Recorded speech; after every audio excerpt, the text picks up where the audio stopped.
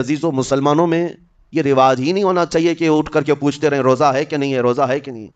مسلمان ہے تو روزہ ہے. اور یہ کوئی آپشنلی عبادت نہیں ہے کہ 4 رکھ لیا 2 نہیں رکھا.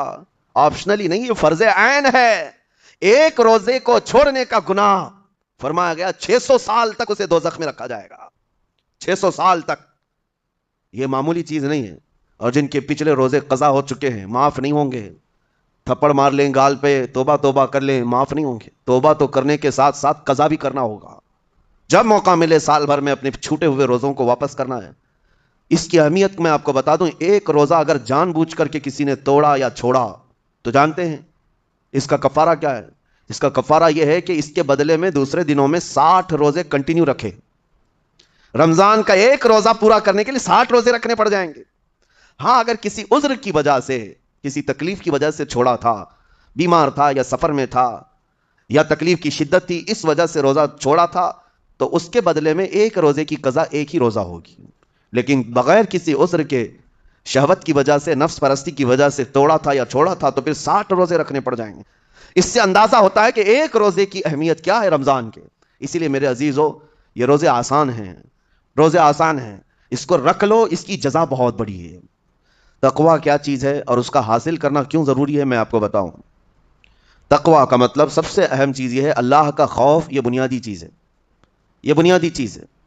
اور یہ اگر بنیاد ہے تو ہر عمل میں آپ کے تقویٰ حاصل ہو جائے گا. نماز کیوں پڑھتے ہو؟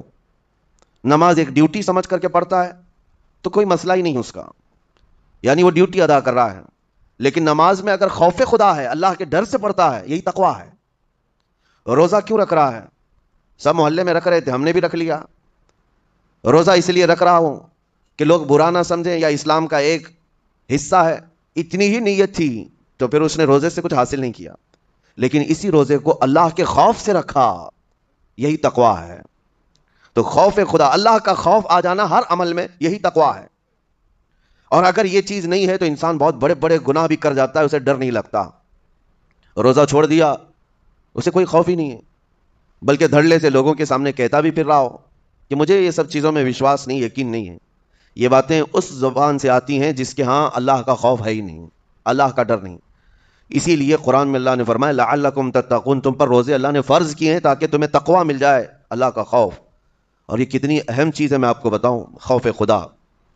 خوف خدا کا مطلب کہ اللہ کا ڈر، اللہ کا خوف، یہ تمہاری پوری باڈی کو صحیح کرتا ہے، اندر سے بھی باہر سے بھی. خوف خدا.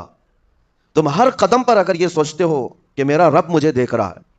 جیسے کہ آپ کو پتا ہے حدیث پاک میں حضور صلی اللہ تعالیٰ علیہ وسلم سے پوچھا بھی گیا احسان کیا ہے، یعنی نیکی کس کو کہتے ہیں. حضور نے فرمایا تم نماز ایسی پڑھو یا عبادت ایسے کرو جیسے تم اللہ کو دیکھ رہے ہو. اور اگر یہ نہیں ہو سکتا تم سے تو اتنا احساس تو رہے کہ اللہ تمہیں دیکھ رہا ہے. تو ہر عمل میں تمہاری یہ سوچ آئے کہ مجھے میرا رب دیکھ رہا ہے، تمہارے قدم سنبھل جائیں گے.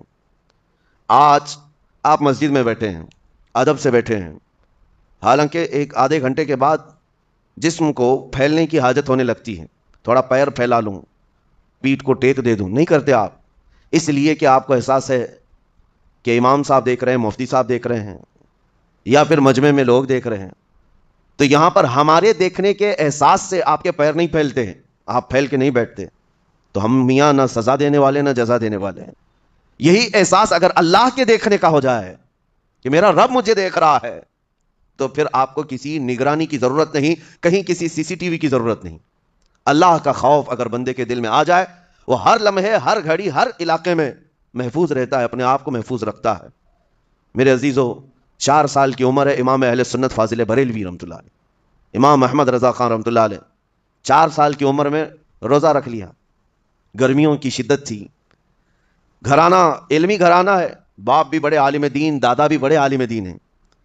4 سال کی عمر میں روزہ تو رکھ لیا، اور جب تھوڑی دوپہر ڈھل گئی، اچھوں کی حالت دھوپ کے دنوں میں خراب ہونے لگتی ہے.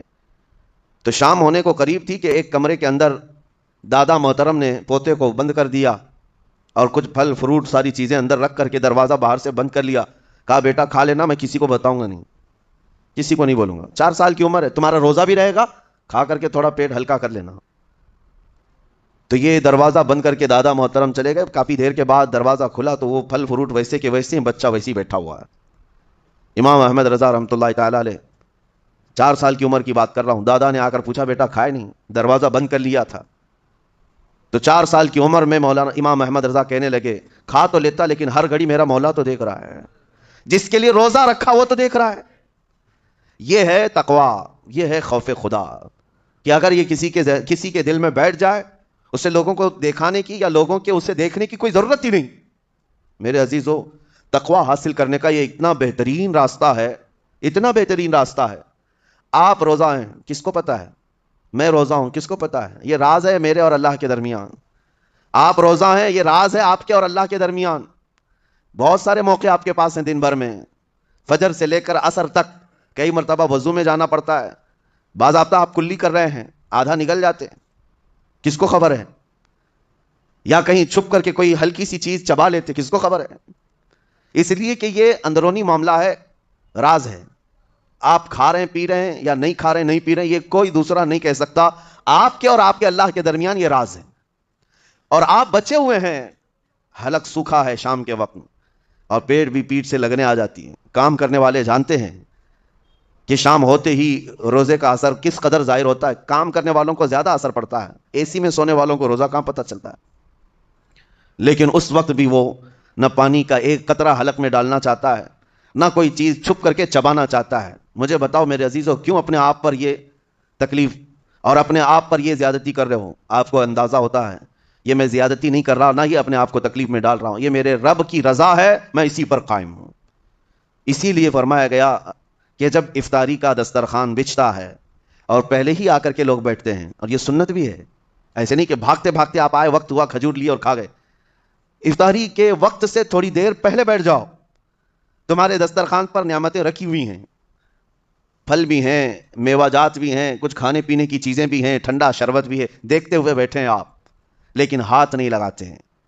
انتظار ہے وقت کا کہ ادھر سورج کے غروب ہونا ہے اور میری افطار ہونی ہے. اعلان سنتے ہیں, اذان سنتے ہیں, اس کے بعد آپ اٹھاتے ہیں, لیکن اتنی دیر تک آپ خاموش بیٹھے ہیں دسترخوان کے پاس, سارے لوگ دیکھتے رہتے ہیں. یہ وہ منظر ہے جس کو فرمایا گیا رب ذوالجلال بھی اپنے بندوں کو دیکھ رہا ہے, رب تبارک و تعالیٰ بھی دیکھ رہا ہے اپنے بندوں کو. اور سارے فرشتوں کو بلا کر میرا مولا اعلان فرماتا ہے, یہ میرے بندے ہیں, دیکھو یہ شام کا وقت ہے, ان کے حلق سوکھ چکے ہیں, ان کے پیٹ میں بھوک کی شدت ہے اور ان کے سامنے اچھی نعمتیں پڑی ہوئی ہیں. اے فرشتوں دیکھو, میرے ان بندوں میں سے کوئی بھی ان نعمتوں کو ہاتھ نہیں لگاتا, یہ صرف اور صرف میرے لیے بھوکے اور پیاسے ہیں. اور فرشتوں سے اللہ فرماتا ہے تم گواہ ہو جاؤ, ان کی حلق تر ہونے سے پہلے ان کے لیے میں نے جنت لکھ دیا. اسی لیے حدیث پاک میں ہے, جب افطار کرتے میرے آقا صلی اللہ علیہ وسلم یوں ارشاد فرماتے, ذهب الظمأ وابتلت العروق وثبت الاجر انشاءاللہ, پیاس بجھ گئی, رگیں ٹھنڈی ہو گئی, اور اجر اللہ کے ہاں پکا ہو گیا. یہ حضور پاک ہر افطار میں عرض کرتے تھے. میں آپ کو یہ عرض کر رہا ہوں کہ یہ چھپی ہوئی چیز, اسی کا نام تقویٰ ہے. آپ صرف اور صرف بچے ہیں اللہ کے خوف سے. اب سنو حدیث پاک, قیامت کے دن حساب و کتاب ہوگا اور جنت میں جانے کا پروانہ کچھ لوگوں کو مل جائے گا, اور سب جنت کی طرف جا رہے ہوں گے. اس میں بہت سارے لوگ ہیں جو پل صراط پر چل کر کے جنت پہنچیں گے. اب جب کافی لوگ جنت کے دروازے پر پہنچیں گے, ایک جماعت ایسی ہوگی جو پورے راستے میں کہیں نظر نہیں آئی, جنت جانے کے راستے میں کہیں نظر نہیں آئی, لیکن جنت کے دروازے پر وہ پہلے سے موجود تھے. چلے تھے نہیں چلے تھے کسی نے دیکھا ہی نہیں. دوسرے جنتی ان سے پوچھتے ہیں اس جماعت سے کہ تم یہاں کیسے پہنچے اور یہ انعام کس بات کا ہے تمہارے لیے؟ تو وہ جنتی کہتے ہیں ہمیں روزے داروں کی جماعت میں رکھا گیا, ہمارے روزے اللہ کو پسند آئے, اور آج رب تبارک و تعالیٰ کا حکم ہوا کہ ساری دنیا سے چھپ کر تم میرے لیے روزہ رکھتے تھے, دنیا کو پتا نہیں تھا تم بھوکے ہو پیاسے ہو, اور اے بندو آج سارے لوگوں کی نظروں سے چھپا کر میں تمہیں جنت پہنچاؤں گا. وہ ایک جماعت ایسی ہے جو راستے پر چلتی ہوئی نظر تو نہیں آئی لیکن جنت میں پہنچ گئی, وہ روزے داروں کی ہے. آج یہ تقویٰ حاصل کرنے کا سب سے بہترین راستہ, اور تقویٰ کیوں ضروری ہے. اب آپ کے روزے سے کچھ حاصل ہوا نہیں ہوا آپ کو دیکھنا بھی ہے, یہ نہیں کہ کیلنڈر کی طرح گنتے جاؤ, 1 ہو گیا 2 ہو گئے 3 ہو گئے, ہوتے جائیں گے, یہ دن تو چلتے رہتے ہیں, گنتے گنتے 20 بھی ہو جائیں گے, 25 بھی ہو جائیں گے, 30 بھی ہو جائیں گے. روزے گننے کا حکم نہیں, اپنے آپ کو سرچ کرو پھر, اور پھر تھوڑی سی ورزش کرنے کے بعد بندہ ویٹ تول کر کے دیکھتا ہے کم ہوا گھٹا کہ بڑا, ہر دن دیکھتا رہتا ہے. ہاں, ورزش کرنے کے بعد پھر ناپ کر کے دیکھتا ہے میرے جسم کا وزن کتنا گھٹا کتنا بڑا. ویٹ گین کرنے والے ویٹ لاس کرنے والے دونوں بھی برابر چیک کرتے رہتے ہیں. روزہ رکھنے کے بعد تمہیں خود کو بھی چیک کرنا چاہیے کہ میرے اندر اب تبدیلی آئی یا نہیں آئی. ایک روزہ رکھا اور پھر رات کو تراویح میں کھڑا ہوا, میرے اندر بدلاؤ کتنا ہے؟ کیا اب اللہ کی آیات قرآن کی سنتا ہوں, میرے آنکھوں سے آنسو آ جاتے ہیں؟ اگر آ گئے ہیں تو اس کا مطلب ہے کہ دل نرم ہو گیا, اس روزے نے اثر دکھانا شروع کیا, اور پھر ویسی کا ویسا ہے, تو اس کا مطلب ہے کہ آپ کے روزے سے آپ کو تقویٰ نہیں مل رہا ہے, آپ کو تقویٰ نہیں مل رہا. خوف خدا جب آتا ہے تو انسان کا دل موم ہو جاتا ہے, نرم ہو جاتا ہے, اور اللہ کے عذابات سے, جہنم کے خوف سے, قبر کی سختیوں سے وہ رو پڑتا ہے, اس کی آنکھیں بہنے لگ جاتی ہیں. اور جب دل سخت ہوتا ہے پتھر کی طرح, تو اسے نہ اللہ کی آیتیں رلاتی ہیں, نہ آخرت کا تصور اسے ہلاتا ہے.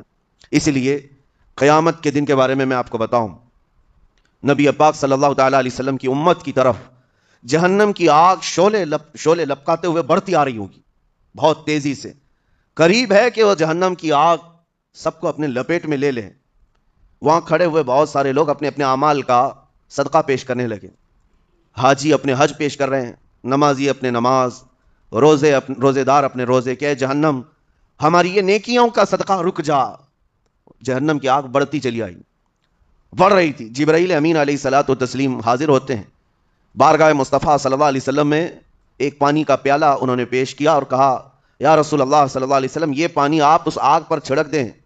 نبی پاک صلی اللہ تعالیٰ علیہ وسلم نے وہ پانی اس آگ کی طرف پھینکا تو آگ دور چلی گئی, جو جہنم کی آگ اچانک بجھ گئی, کافی دور چلی گئی, جو امت کی طرف لپک رہی. رسول رحمت صلی اللہ تعالیٰ علیہ وسلم نے پوچھا جبرائیل سے, یہ اتنا اثردار پانی ہے کون سا یہ؟ جبرائیل امین عرض کرتے ہیں, یا رسول اللہ, یہ آپ کے ان امتیوں کے آنسوؤں کا پانی ہے جو رات کھڑے ہو کر اپنے رب کے خوف سے رویا کرتے تھے. وہ اللہ کے خوف سے تھر تھراتے تھے, ڈر کر کے ان کی آنکھوں سے جو آنسو آتے. جبرائیل امین کہتے ہیں, میں نے وہ آنسو جمع کر رکھے تھے اور وہ آج میں نے آپ کے سامنے پیش کیا.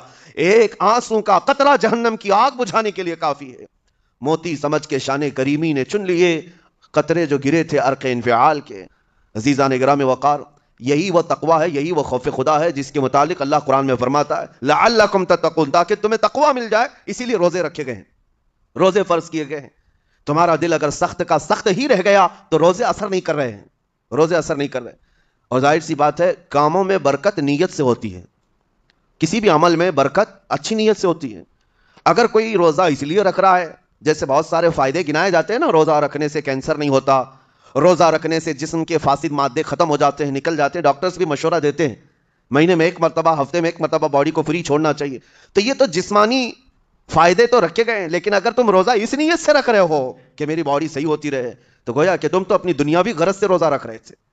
یہ فائدے تو ملنا ہی ملنا ہے, یہ فائدے یوں بھی ملیں گے اللہ تعالیٰ کی طرف سے آپ کو, لیکن نیت وہ نہیں. روزہ رکھنے کی نیت یہ ہو کہ میرا رب مجھ سے راضی ہو جائے اور مجھے رب تبارک و تعالیٰ کا خوف اور تقویٰ حاصل ہو جائے. نیت میں برکت ہے, اور جن کاموں کو آپ اچھی نیت سے کریں گے اسی طرح ان کاموں میں اثر بھی پیدا ہوگا. روزہ رکھنے سے پہلے آج نیت یہی کریں کہ مولا تعالیٰ یہ روزہ میرے تمام برے اعمال کے لیے کفارہ ہو جائے, یہ ڈھال بن جائے. جانتے ہیں آپ, اپنے نفس امارہ کو روکنے کا سب سے بہترین آلہ بھوک ہے. بھوک, جتنا آدمی بھوک کے ذریعے سے اپنے نفس کو مار سکتا ہے, دوسری کوئی چیز نہیں. آپ دیکھیں اس رمضان المبارک میں بہت ساری حلال چیزیں آپ کو حرام کر دی گئی ہیں, یعنی سحری سے لے کر افطاری تک. میں یہ نہیں کہہ رہا کہ شراب پینا حرام ہے, نشہ کرنا حرام ہے, وہ تو پوری زندگی پر حرام ہے.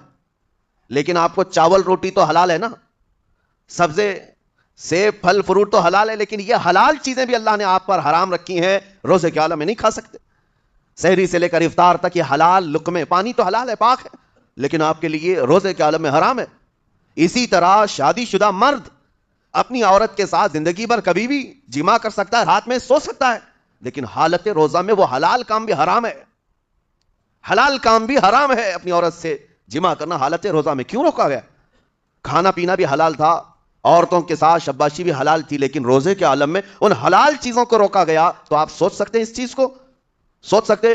وجہ یہ ہے کہ حلال چیزوں سے آپ کو روک کر بڑے حرام چیزوں سے بچانا مقصود ہے.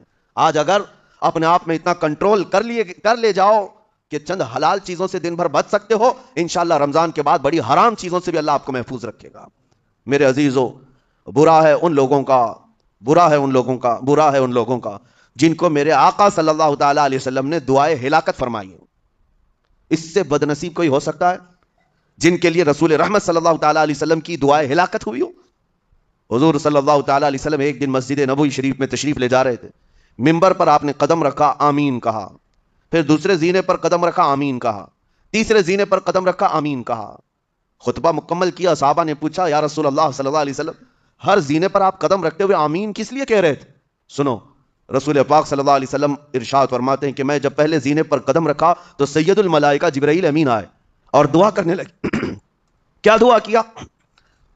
یوں کہا, یا رسول اللہ صلی اللہ علیہ وسلم, وہ شخص ہلاک و برباد ہو جائے جو آپ کا نام سنے اور پھر اس کے بعد درود نہ بھیجے.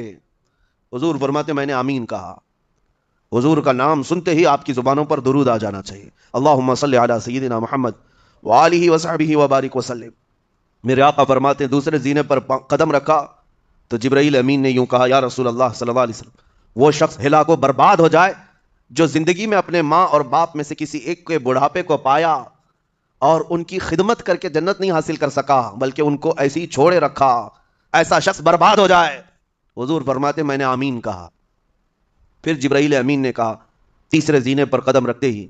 میرے آقا فرماتے ہیں جبرائیل نے یوں دعا کی کہ اے اللہ کے رسول, وہ شخص ہلاک و برباد ہو جائے جو رمضان کا مہینہ پایا لیکن اس کا ادب نہیں کر سکا, اس کا احترام نہیں کر سکا. حضور فرماتے میں نے اس پر بھی آمین کہا. جس کی ہلاکت کے لیے جبرائیل امین دعا کر رہے ہوں اور اس دعا پر سید الانبیاء آمین کہہ رہے ہوں, ایسے شخص کی بربادی کا کیا انجام ہو سکتا ہے؟ وہ کتنا بد نصیب ہوگا.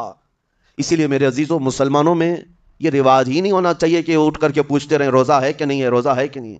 مسلمان ہے تو روزہ ہے, اور یہ کوئی آپشنلی عبادت نہیں ہے کہ 4 رکھ لیا 2 نہیں رکھا. آپشنلی نہیں, یہ فرض عین ہے. ایک روزے کو چھوڑنے کا گناہ فرمایا گیا 600 سال تک اسے دوزخ میں رکھا جائے گا. 600 سال تک. یہ معمولی چیز نہیں ہے. اور جن کے پچھلے روزے قضا ہو چکے ہیں معاف نہیں ہوں گے. تھپڑ مار لیں گال پہ, توبہ کر لیں, معاف نہیں ہوں گے. توبہ تو کرنے کے ساتھ ساتھ قضا بھی کرنا ہوگا. جب موقع ملے سال بھر میں اپنے چھوٹے ہوئے روزوں کو واپس کرنا ہے. اس کی اہمیت میں آپ کو بتا دوں, ایک روزہ اگر جان بوجھ کر کے کسی نے توڑا یا چھوڑا تو جانتے ہیں اس کا کفارہ کیا ہے؟ اس کا کفارہ یہ ہے کہ اس کے بدلے میں دوسرے دنوں میں 60 روزے کنٹینیو رکھے. رمضان کا ایک روزہ پورا کرنے کے لیے 60 روزے رکھنے پڑ جائیں گے. ہاں, اگر کسی عذر کی وجہ سے, کسی تکلیف کی وجہ سے چھوڑا تھا, بیمار تھا یا سفر میں تھا یا تکلیف کی شدت تھی, اس وجہ سے روزہ چھوڑا تھا, تو اس کے بدلے میں ایک روزے کی قضا ایک ہی روزہ ہوگی. لیکن بغیر کسی عذر کے, شہوت کی وجہ سے, نفس پرستی کی وجہ سے توڑا تھا یا چھوڑا تھا تو پھر 60 روزے رکھنے پڑ جائیں گے. اس سے اندازہ ہوتا ہے کہ ایک روزے کی اہمیت کیا ہے رمضان کے. اسی لیے میرے عزیزو, یہ روزے آسان ہیں, روزے آسان ہیں, اس کو رکھ لو, اس کی جزا بہت بڑی ہے, اس کی جزا بہت بڑی. ویسے بھی آپ دوسرے دنوں میں لیٹ ناشتہ کرنے کے بھی عادی ہیں. ممبئی والوں کا تو حال یہی ہے, 12 بجے کے بعد 1 بجے 2 بجے تو ان کے ناشتے ہوتے ہیں. دوپہر کا کھانا تو شام 5 بجے ہو رہا ہوتا ہے. بس وہ ناشتہ اسکپ کرنا ہے. دوپہر کے کھانے جو آپ کے ہوتے ہیں اس سے اور تھوڑا ایکسٹینڈ کر لیں تو افطاری کا وقت آ جاتا ہے. کوئی بہت بڑی دقت کی بات نہیں, کوئی بہت بڑے بوجھ کی بات نہیں, آسان ہے. آج الحمدللہ ہمارے 5 سال 6 سال کے بچے روزہ رکھ لیتے ہیں. تو بڑوں کو تو اللہ نے جو طاقت عطا کی ہے, روزہ ہرگز ترک مت کرو. لیکن ساتھ میں آج یہ میسج ضرور دوں گا, نیت یہ کرو کہ مجھے تقویٰ مل جائے, مجھے پرہیزگاری مل جائے.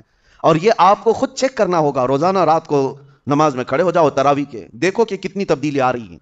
آج میں نے روزہ افطار کیا, میرے اندر بدلاؤ آیا کہ نہیں آیا؟